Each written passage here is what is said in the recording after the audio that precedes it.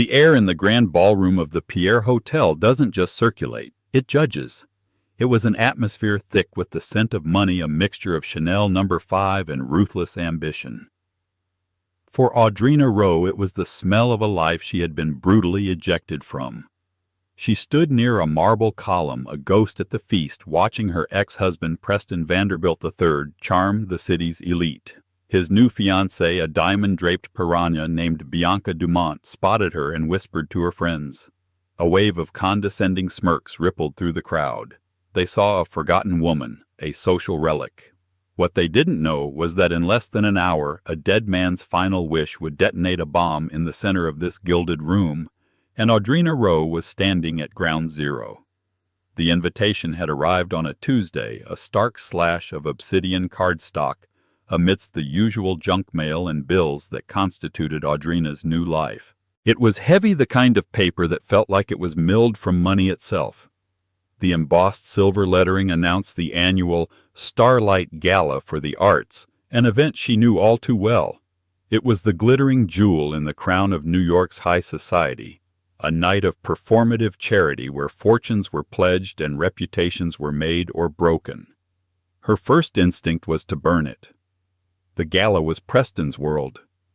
It was the stage upon which he had paraded her for 5 years of their marriage, a tastefully dressed accessory to his burgeoning financial empire.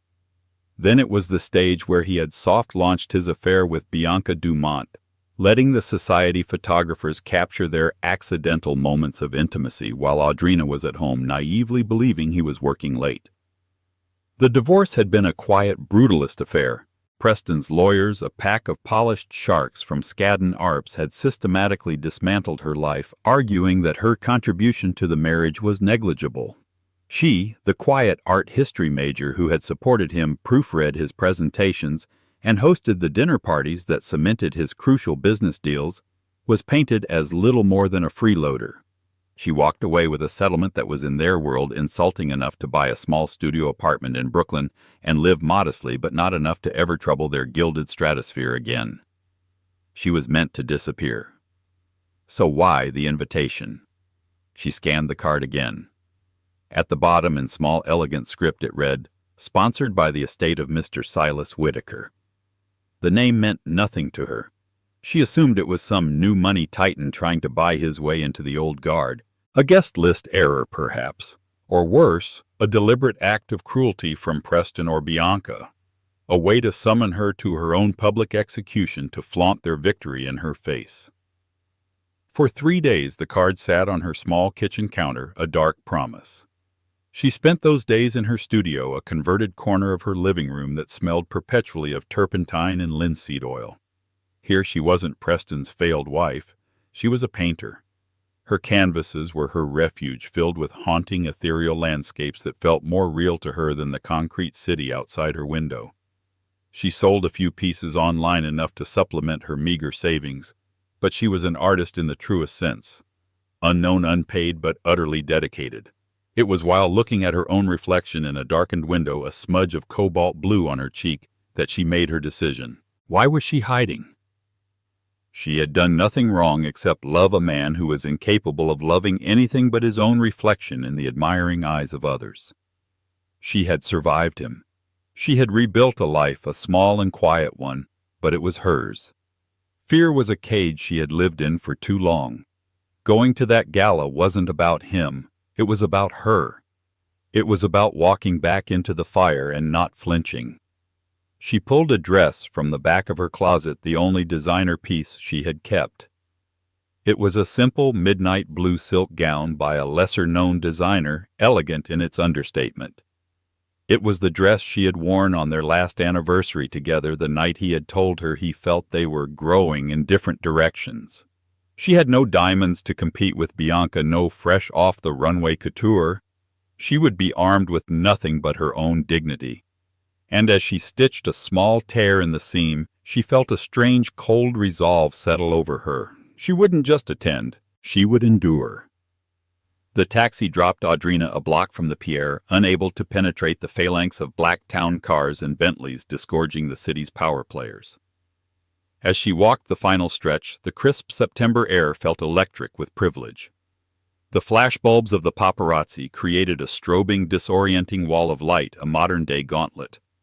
She slipped past them, her name not famous enough to be called out, a mercy for which she was grateful. Stepping inside the grand ballroom was like stepping into another dimension. The scale of it was designed to diminish the individual, to awe one into submission. Chandeliers, each the size of a small car, dripped with Austrian crystal, casting a warm golden glow over the sea of tuxedos and designer gowns.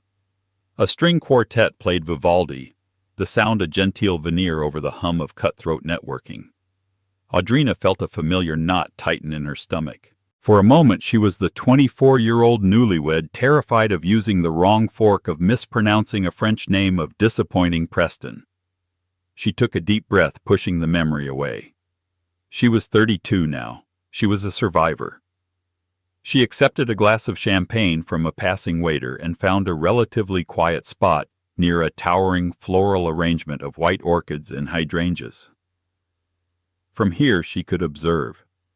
She saw the hedge fund kings and the real estate moguls, the tech billionaires in their deliberately casual attire, and their wives sculpted by personal trainers and surgeons into flawless effigies of wealth.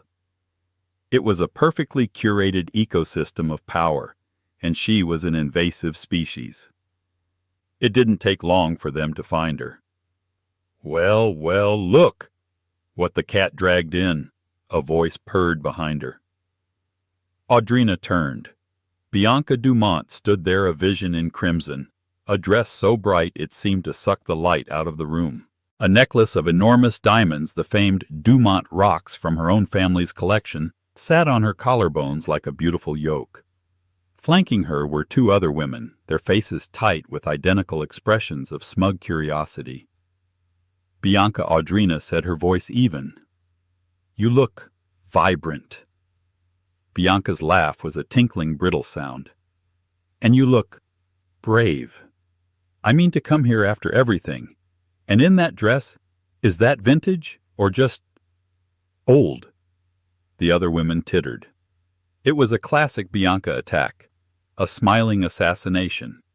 "It holds memories," Audrina replied, refusing to take the bait. "I'm sure it does," Bianca said, her eyes flicking over Audrina's form with dismissal. "Mostly of a life you no longer have access to, but I'm so glad you could make it. Preston will be thrilled to see you." As if summoned, Preston Vanderbilt III appeared at Bianca's side, placing a proprietary hand on the small of her back. He was as handsome as ever, his dark hair perfectly coiffed, his tuxedo tailored to within an inch of its life. But his eyes, when they met Audrina's, held a flicker of something she recognized: annoyance. Her presence was an inconvenience, a loose thread on his perfectly woven tapestry of success. "Audrina," he said, the name sounding foreign in his mouth. "This is a surprise." "Preston?" She nodded. "I was invited." "An administrative error, surely," Bianca chimed in, squeezing his arm. "Darling, don't worry. I'm sure she's just here for the free champagne. She'll be gone before the auction starts." Preston gave a tight, uncomfortable smile. He looked at Audrina, and for a split second she saw the man she had married, the one who had once been embarrassed by his own parents' unpretentious middle-class life. He had spent his entire adulthood trying to outrun that shadow, and she was a living, breathing reminder of a time before he was a Vanderbilt in spirit as well as in name. "It's good to see you're—" Well, he managed the words, hollow and meaningless. He then turned his full attention back to Bianca, a king turning back to his queen, leaving Audrina in his wake. The message was clear. She wasn't just an ex-wife. She was a non-entity, a ghost. And as the trio moved away, their laughter trailing behind them, Audrina felt the eyes of the room on her. The whispers had started. The story of her social execution was now the evening's prime entertainment. She gripped her champagne flute, her knuckles white, and wondered if coming here had been the biggest mistake of her life. The next hour was a masterclass in social cruelty. It wasn't a singular dramatic event, but a slow, relentless erosion of her composure. People she had known for years, women she had hosted in her home, Men who had clapped Preston on the back at her dinner table now looked through her as if she were made of glass. A few offered tight, pitying smiles that were somehow worse than being ignored. The narrative orchestrated by Bianca was spreading through the ballroom like a virus. Poor Audrina Rowe can't let go, trying to crash the party so desperate. She tried to find a corner to disappear into, but the room seemed to shrink around her. She found herself near the silent auction tables, feigning interest in a signed first edition of a book she couldn't afford. I thought I smelled desperation mixed with the canapes. It was Jonathan Caldwell, a rival of Preston's in the cutthroat world of private equity. He was a man who enjoyed watching others fail almost as much as he enjoyed his own success. "Hello, Jonathan," Audrina said, not looking at him. "Bold move, Rowe, showing up here. You know Preston just closed the Axiom deal, a cool 9-figure profit. He's buying Bianca a little something from Graff as a celebration. I think he's upgrading, in every sense of the word." His leer was greasy and self-satisfied. Audrina felt a hot flush of anger and shame. She turned to walk away, but found her path blocked by another couple, the Ashworths, who had been their closest friends during the marriage. "Audrina, dear," said Mrs. Ashworth, her face a mask of faux concern. "We were so sorry to hear about, well, everything. But you're looking healthy. So wonderful that you're keeping your spirits up." The condescension was suffocating. Everywhere she turned it was the same. Whispers, stares, and the cold, hard judgment of a tribe ejecting one of its own. This was their power, not just the money, but the ability to enforce the invisible, brutal rules of their world. They could render a person invisible. The true nadir of the evening came just as the guests were being called to their tables for dinner. Audrina, deciding she had endured enough, was making her way toward the exit. She had proven her point to herself. She could face them. Now she just wanted the solace of her quiet apartment. As she passed the central bar, Bianca intercepted her, a fresh glass of champagne in her hand. Leaving so soon, she asked, her voice syrupy sweet. "But the night is just getting started. You can't miss the speeches. Preston is being honored, you know, for his philanthropy." "I've seen enough," Audrina said, her voice low. "Oh, I don't think so," Bianca said. And then, with a theatrical little stumble that fooled no one, she lurched forward, sloshing the entire contents of her glass down the front of Audrina's midnight blue dress. The cold liquid soaked through the silk, instantly shocking and sticky. A collective gasp went through the immediate crowd. "Oh, my heavens!" Bianca cried, her hand flying to her mouth in mock horror. "I am so clumsy. Look what I've done. To your lovely little dress. It's completely ruined." People were staring openly now, phones subtly angled to capture the drama. Preston rushed over, his face a thunderous mask of controlled fury at Audrina for being the source of this public spectacle. "Bianca, darling, are you all right?" he asked, completely ignoring the champagne-soaked Audrina. "I'm fine. I just feel terrible," Bianca said, dabbing at Audrina's dress with a flimsy cocktail napkin, succeeding only in smearing the stain. "This must be devastating for you. I know how much things must mean to you now." The insult was multifaceted and brilliant in its cruelty. It referenced Audrina's dress, her financial status, and her emotional state all at once. It was a perfect public humiliation. Audrina stood frozen, the damp fabric clinging to her skin, the scent of champagne filling her nostrils. The stares of the crowd felt like physical blows. She looked at Preston, hoping for a flicker of decency, a shred of the man she once loved. She found nothing. He looked at her with pure, unadulterated annoyance. She was a stain on his perfect evening. That was it, the final straw. The cold resolve she had felt earlier shattered, replaced by a raw, searing pain. They had won.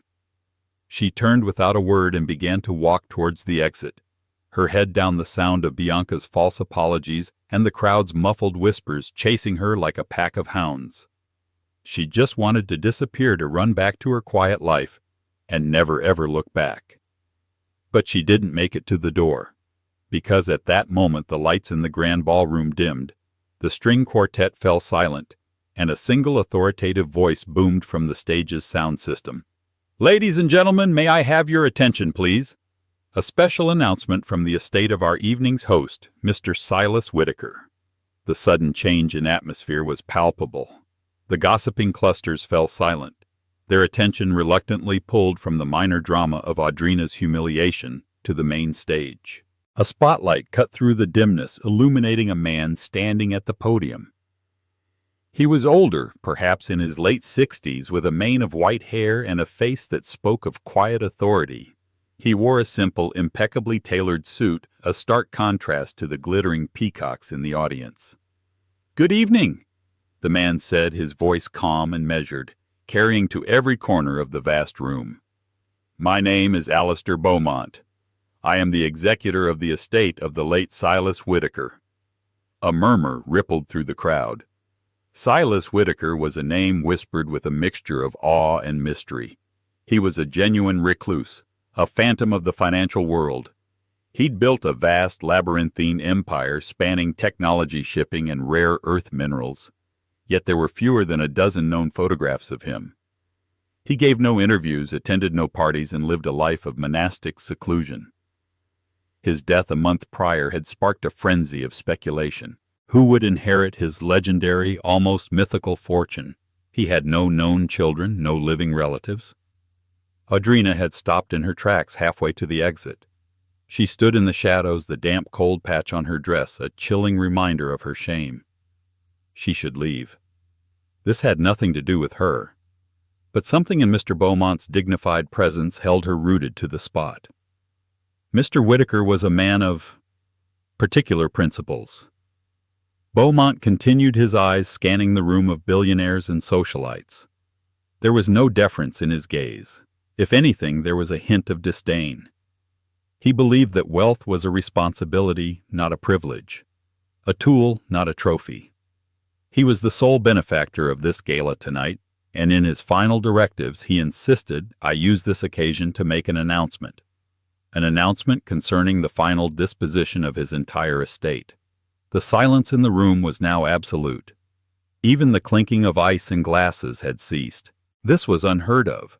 The reading of a will was a private legal matter, not a piece of theater at a charity gala. Preston and Bianca, now seated at their prime table near the stage, were leaning forward, their expressions rapt. A fortune of that magnitude, estimated to be in the tens of billions, could reshape the power dynamics of their entire world. Everyone in that room was mentally calculating, speculating. Was it a foundation?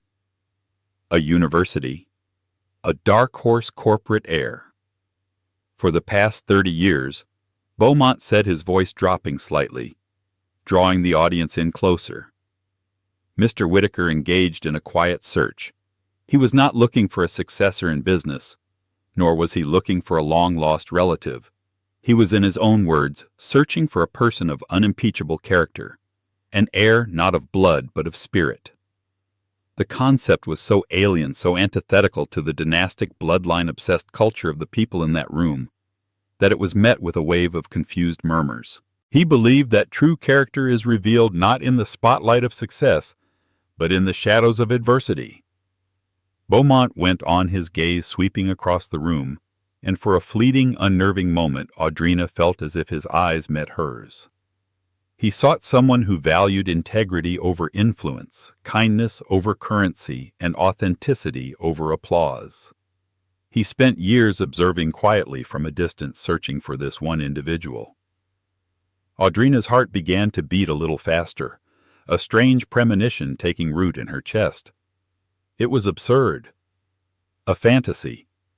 But she couldn't shake the feeling that the trajectory of the evening of her entire life was about to pivot on this man's next words.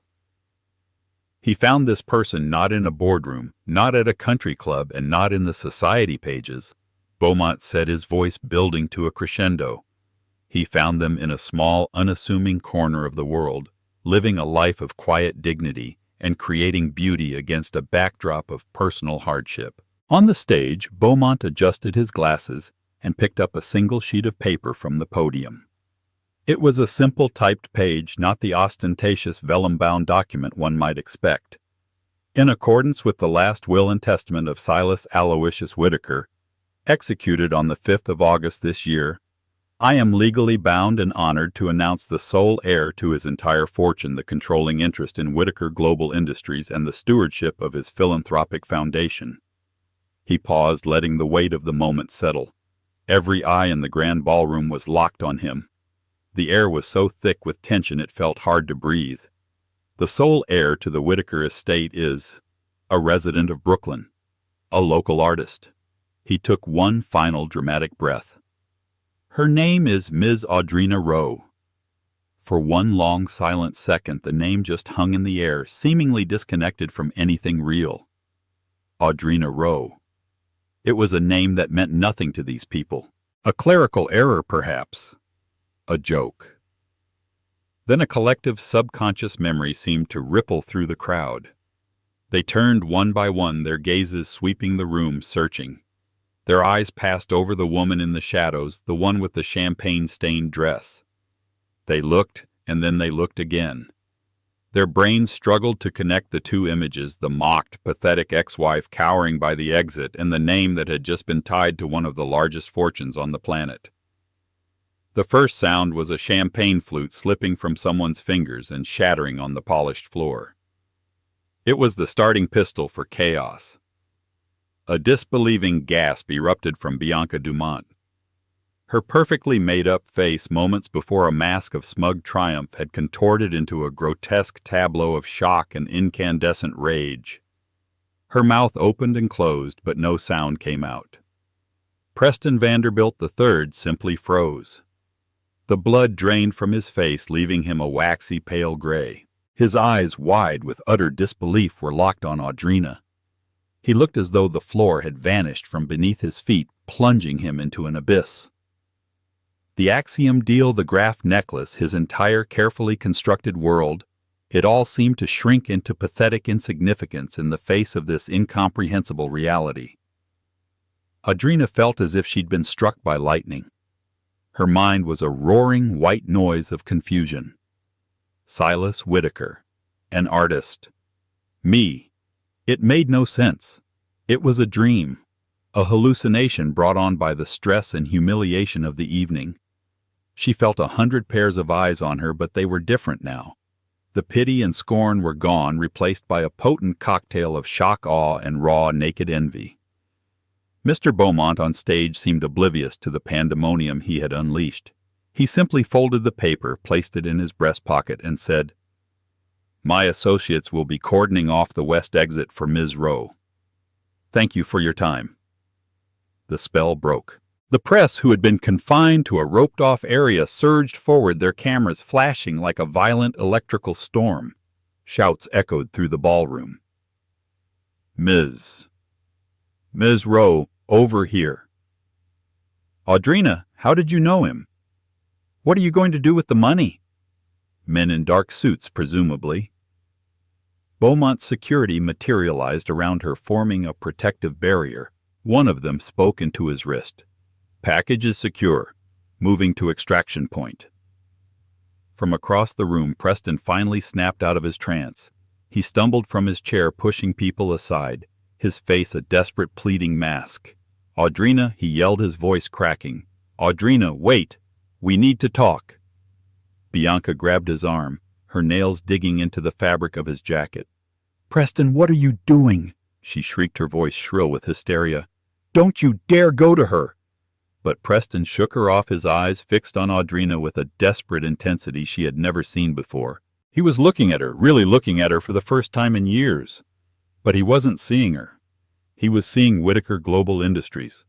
He was seeing a seat at a table so high and mighty it made his own look like a child's stool. Audrina just stared at him, her mind slowly beginning to process the tectonic shift that had just occurred.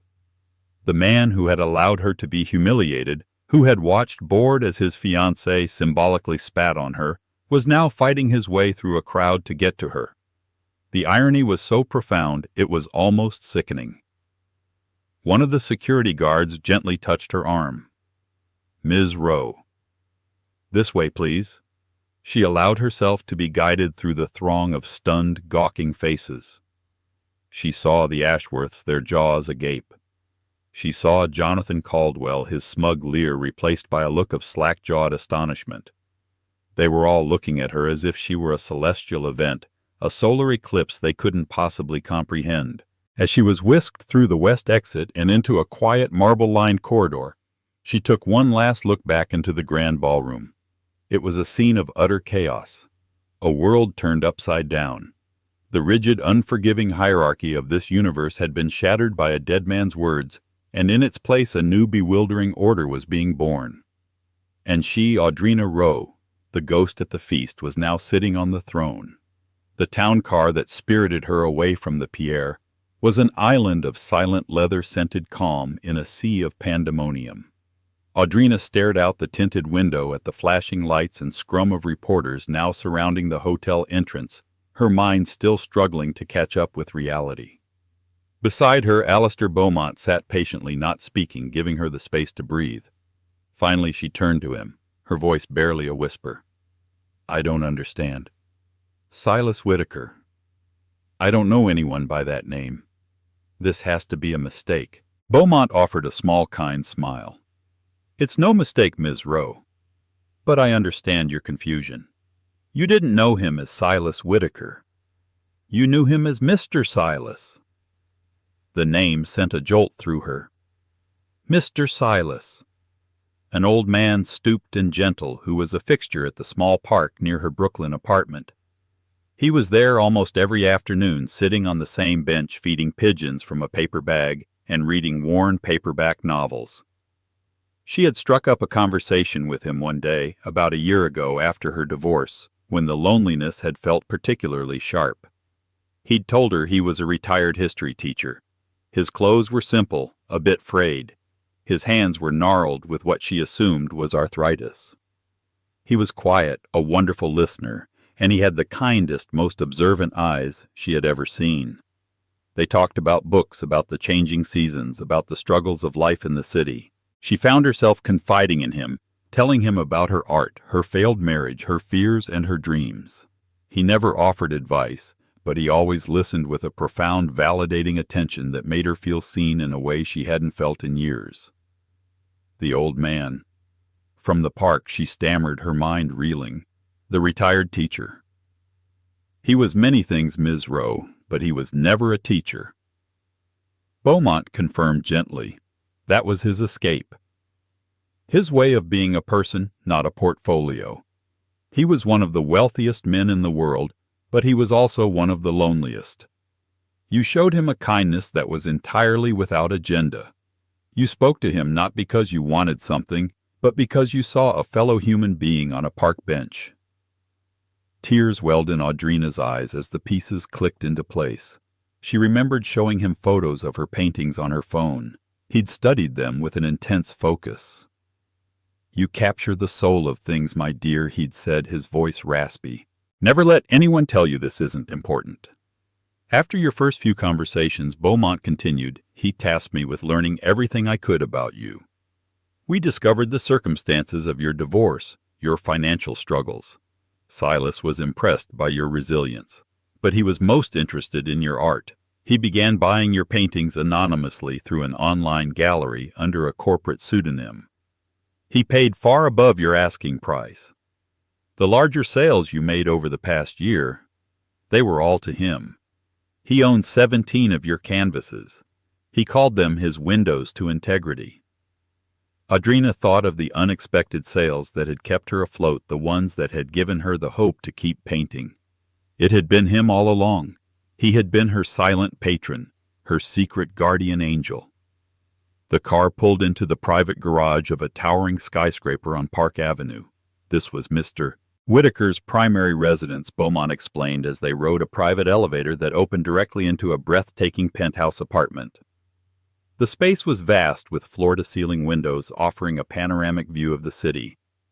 But it wasn't ostentatious. It was filled with books, her art, and comfortable, well-worn furniture. On a simple oak table in the center of the room was a single sealed envelope with her name on it. His final letter to you, Beaumont said. The rest. Well, we have much to discuss. Whitaker Global is a complex machine. It encompasses shipping lines, tech firms, real estate holdings across 3 continents. The foundation has an endowment larger than the GDP of several countries. It's all yours to command now, Ms. Rowe. It is a staggering inheritance, but as Silas saw it, it is also a staggering responsibility. Audrina walked through the silent apartment, her fingers tracing the frame of one of her own paintings hanging on the wall. She looked down at the city lights twinkling below the same lights that had seemed so cold and indifferent just hours ago. She thought of Preston desperately clawing his way up this very ladder, only to have her, the woman he had discarded, dropped onto the very summit from an unimaginable height. This wasn't just money. It was power. It was a legacy.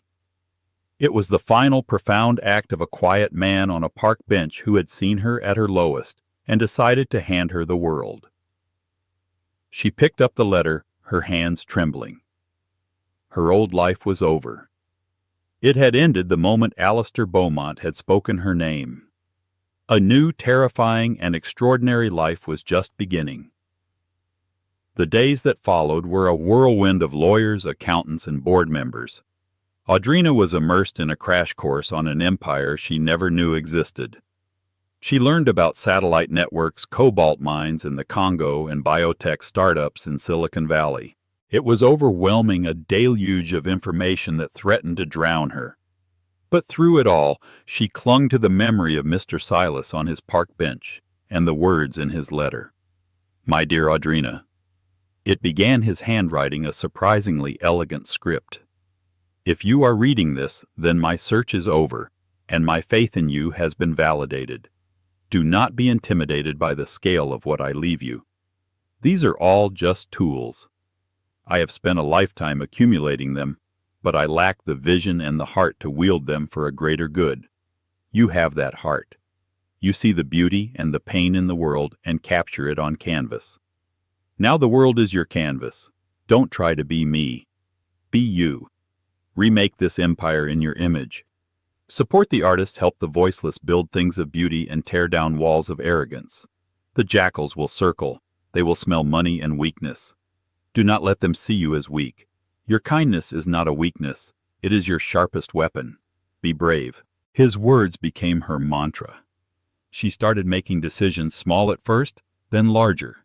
She diverted a fraction of the foundation's annual budget, a sum still in the hundreds of millions, to create the largest arts grant in the world for struggling unknown artists. She instructed the board of Whitaker Global to begin a review of their Congolese mining operations, with a new mandate prioritizing worker safety and environmental impact over quarterly profits, causing a minor panic on Wall Street. She was no longer the timid woman from the gala. Power, she was discovering, was a suit of armor. The world no longer looked through her. It watched her every move with bated breath. About a week after the announcement, her assistant, a concept she was still getting used to, informed her that a Mr. Preston Vanderbilt III was in the lobby, begging for 5 minutes of her time. Curiosity piqued, she agreed to see him. She received him not in a formal office, but in the main living area of the penthouse, where one of her largest paintings, a landscape of a storm gathering over a calm sea, now hung. Preston entered, and the change in him was startling. The arrogance was gone, replaced by a desperate, cloying humility. He was holding a bouquet of roses that looked absurdly small in the vast room. "Audrina," he said, his voice thick with emotion, "you look incredible. I always knew you had this in you." Audrina simply looked at him, her expression unreadable. "You have 5 minutes, Preston." He faltered, then launched into a pathetic, pre-rehearsed speech. "I was a fool, Audrina, a blind, arrogant fool. I was so caught up in that world, the pressure, the expectations. I lost sight of what was important. I lost you. Seeing you that night, even before the announcement, I realized the mistake I had made. Bianca and I were finished. It was always you." He took a step closer. "We were good together. We can be again. Think of what we could do, you and I, your vision, my experience. We could be the ultimate power couple." Audrina listened to his words, and she felt nothing. No anger, no pain, not even pity. It was like listening to a broadcast from a distant, irrelevant planet. He hadn't changed. He was just a chameleon changing his colors to match the most powerful thing in the room. Before it was Bianca's family money. Now it was her. When he was finished, she finally spoke, her voice quiet but laced with steel. "You're right about one thing, Preston. You were a fool. But not because you lost me. You were a fool because you never saw me in the first place. You saw a prop, a reflection, a stepping stone. That night at the gala, you and Bianca, you gave me a gift. You showed me with perfect clarity exactly what my life is not and who I am not." She walked to the window, looking out at the city below. "Your 5 minutes are up. Please see yourself out. And tell your friends the Ashworths and the Caldwells and the rest of them not to bother calling. My world is not for sale and access to it cannot be bought." He stood there stunned into silence, the roses dangling from his hand. He had come expecting to negotiate, to manipulate, to find a way back in. He was confronted with a closed door, a woman who no longer needed anything from him, not even an apology. After he was gone, Audrina stayed by the window for a long time. The city sprawled before her, a kingdom of glass and steel.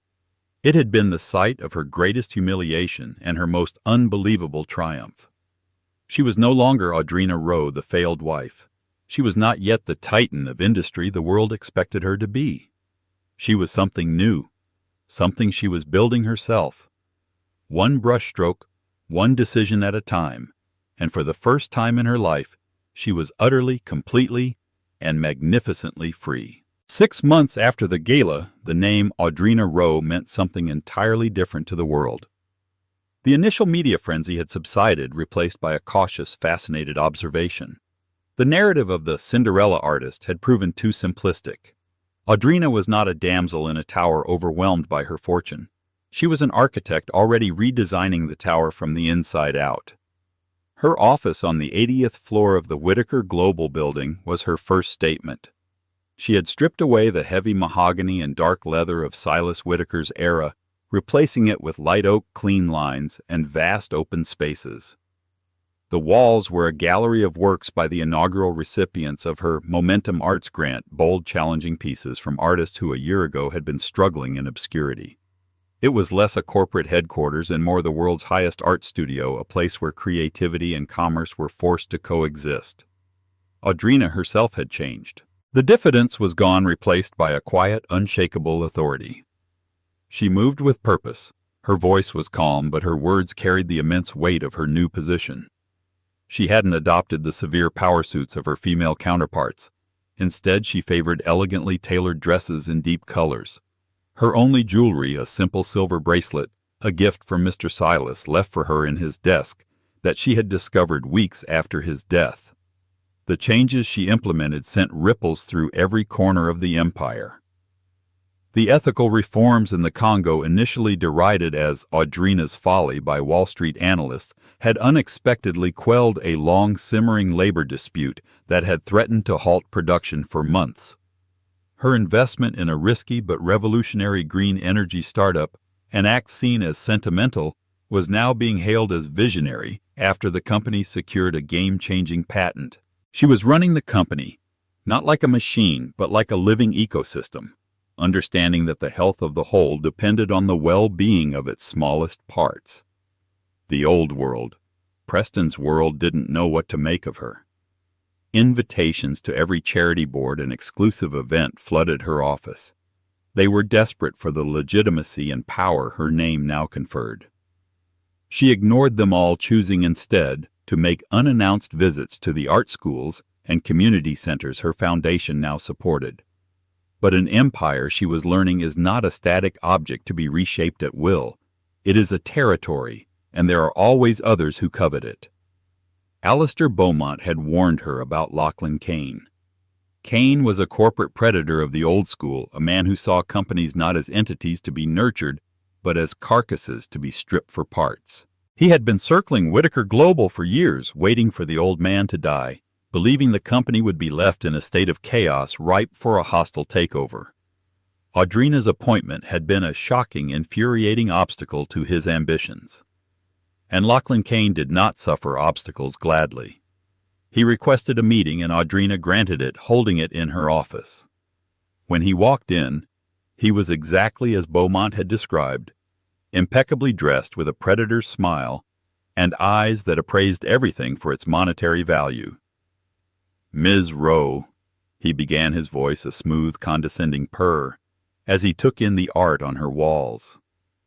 "An eclectic decorator. I trust you're enjoying your new role." "It's fulfilling, Mr. Kane," Audrina replied, gesturing for him to sit. "What can I do for you?" "Let's be direct," he said, leaning forward, his smile tightening. "You are an artist, a person of sentiment. I am a businessman. This world," he gestured around the vast office, "is not your world. It's a brutal, unforgiving game. You are in over your head."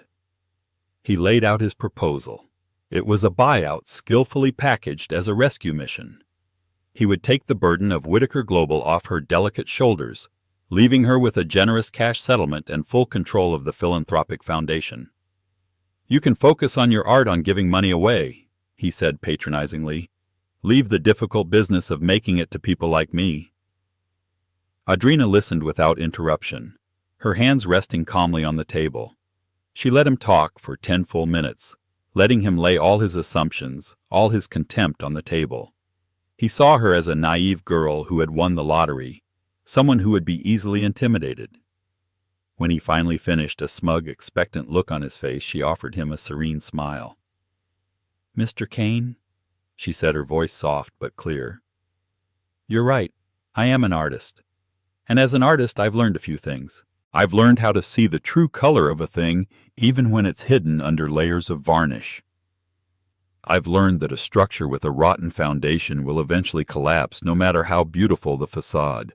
And I've learned the value of a blank canvas." She leaned forward, her smile fading, replaced by an intensity that made him blink. "I have read the file on you. All of them. I read about your takeover of Omnicorp in 2018 and how you stripped it of its assets, fired 3,000 employees, and walked away with $1 billion, leaving a dead company and a ruined town in your wake. I also read about your failed attempt to acquire Titan Industries and how you were outmaneuvered because you underestimated their new CEO, believing her to be too sentimental because she invested in research and development." Lachlan Kane's face had lost its color. "This is business," he hissed. "No," Audrina corrected him. "That was your art form, vandalism on a corporate scale. But you will not be vandalizing this canvas." She paused, letting the silence stretch. "I rejected your offer before you even walked in this room. In fact, I have a counter-proposal." She slid a tablet across the table. On the screen was the press release set to go public in 30 minutes. "The Whitaker Foundation," Audrina said coolly, "has just completed the acquisition of a 51% controlling stake in Argentus Logistics. As I'm sure you know, Argentus holds the exclusive transport contracts for nearly all the raw materials your own businesses rely on. They were struggling much like Omnicorp was. But instead of stripping it, we're going to invest. We're going to rebuild it. And we are going to honor all existing contracts. Under a revised pricing model, of course. One that reflects a more ethical partnership." Lachlan Kane stared at the screen, then at her, his face a mask of disbelief and fury. She had not only blocked him, she had flanked him. Using her foundation, her sentimental wing, she had executed a move of surgical corporate precision, seizing control of his most critical vulnerability. He stood up his chair, scraping harshly against the floor. "You have no idea what you've just done," he snarled. "I think I do," Audrina said, her voice unwavering. "I'm protecting my inheritance. Mr. Whitaker didn't just leave me a fortune, Mr. Kane. He left me a fight. And I'm discovering I have a talent for it." After he stormed out, Audrina walked to the window. The fight was far from over. She knew she had made a powerful and ruthless enemy, but she felt no fear, only a quiet, thrilling sense of purpose. She looked down at the city not as a collection of buildings, but as a dynamic interplay of light and shadow. It was a complex composition, and she was no longer just observing it. She was learning how to paint. The weeks following Lachlan Kane's retreat were not quiet. He was a wounded predator, and he chose to fight not in the boardroom, but in the court of public opinion. A coordinated smear campaign materialized in the financial press. Anonymous sources quoted in columns by journalists known for their attack dog style painted Audrina as dangerously naive. The artist in the ivory tower. One headline blared. Is Audrina Rowe trading billions in shareholder value for woke ideology? Another asked. They called her acquisition of Argentus Logistics a reckless act of personal vengeance, a foolish gamble that put the entire Whitaker empire at risk. The campaign had its intended effect. The Whitaker Global stock, which had been stable, began to dip as nervous investors reacted to the narrative of an inexperienced emotional woman at the helm. This external pressure created fractures within the company itself. The board, composed mostly of men who had served under Silas for decades, grew restless. They had respected Silas's eccentricities because he had a 40-year track record of ruthless success. Audrina had a 6-month track record of philanthropy and one audacious corporate maneuver. The dissent was given a voice by Walter Jennings, a board member of 30 years and a staunch traditionalist. In an emergency meeting, he formally challenged her leadership. Silas left you in charge to be a steward, Ms. Rowe, not a revolutionary. He'd said, his tone heavy with condescension. This move against Kane was personal, not strategic. You've rattled the markets and made us look unstable. We need to divest from Argentus and reassure our shareholders. Audrina looked around the polished boardroom table at the anxious, skeptical faces. The old Audrina would have shrunk under their collective disapproval. The old Audrina would have questioned herself, her instincts. But that woman was gone. Instead of retreating, she decided to walk directly into the fire. She agreed to her first public interview not with a friendly lifestyle magazine, but with Nina Sharma, the host of CNBC's The Crucible, a journalist renowned for her sharp intellect and for making powerful CEOs squirm. When she walked onto the television set, she felt a sea of eyes on her, just like at the gala. But this time she was not the subject of pity. She was the subject of intense, critical scrutiny. Nina Sharma began with a direct salvo. Ms. Rowe, Wall Street is in an uproar. Lachlan Kane's camp accuses you of using Whitaker Global as a personal weapon. Your own board has expressed concerns. Are you sacrificing profits for a personal vendetta? Audrina met the journalist's gaze, her calm a stark contrast to the high-stakes atmosphere. Thank you for having me, Nina. What Mr. Kane's camp calls a personal weapon, I call a strategic defense. Mr. Whitaker built an empire, but he didn't build a fortress. It was vulnerable to predators like Mr. Kane, who see great companies as nothing more than assets to be stripped and sold. My acquisition of Argentus Logistics wasn't an attack. It was the construction of a necessary wall.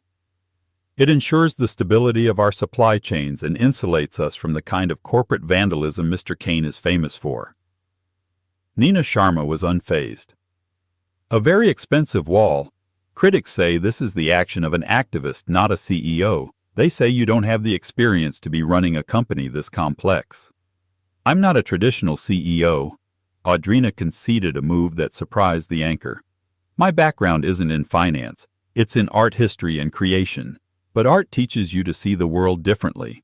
An artist learns to value the foundation of a sculpture, not just its surface gloss. We learn that a masterpiece is not created overnight. It requires patience, long-term vision, and an unwavering commitment to quality. I am not interested in the short-term gloss of quarterly earnings at the expense of the long-term health of this company. I am building a masterpiece, not flipping a property. And that is a vision I believe our serious investors will come to appreciate. She spoke with a quiet, compelling passion, her language clear and free of corporate jargon. She dismantled every criticism, not with defensiveness, but with a confident alternative philosophy. When Sharma asked about her ethical reforms, she didn't talk about charity. She talked about risk management. A happy, safe workforce is a productive workforce. A clean environmental record avoids future fines and reputational damage. Kindness isn't a cost, Nina. In the 21st century, it is one of the most valuable assets a company can have. The interview was a revelation. It went viral with clips replayed across every platform. The narrative began to shift. She wasn't an emotional amateur. She was a new kind of visionary. A younger generation of investors tired of the old slash-and-burn model of corporate growth were inspired. The Whitaker Global stock stabilized, then began a steady, confident climb, reaching a higher point than before the dip. At the next board meeting, the atmosphere was entirely different. Walter Jennings sat in stony silence as Audrina, backed by Alistair Beaumont, presented a meticulously detailed 5-year plan. It was her artistic vision translated into the language of data charts, projections, and market analysis that demonstrated how her ethical and strategic initiatives would lead to sustainable long-term growth. She didn't ask for their faith. She earned their respect with sheer competence. The challenge to her leadership evaporated. Days later, Audrina slipped away from her skyscraper office and drove to a newly opened community arts center in the Bronx funded by her foundation. No cameras, no assistants. She wore jeans and a simple sweater, her hair tied back. She spent the afternoon at a pottery wheel, her hands caked in wet gray clay. The young artists around her knew she was their benefactor, but in this space, she was just Audrina, another creator. A teenage girl, her face smudged with clay, worked intently beside her. "I just want to make something," the girl said, her eyes bright with passion. "Something real, something that will last." Audrina looked down at her own hands, shaping the raw, formless material into the beginnings of a bowl. The feeling of creation, of bringing something new and whole into the world from nothing, was the same feeling she now had sitting at the head of the boardroom table. She was no longer just the keeper of a dead man's legacy. She was a sculptor working with a much larger, more complex kind of clay, shaping a legacy of her own. And it was just beginning to take form. Audrina's story is a powerful reminder that our worth is never defined by the people who discard us.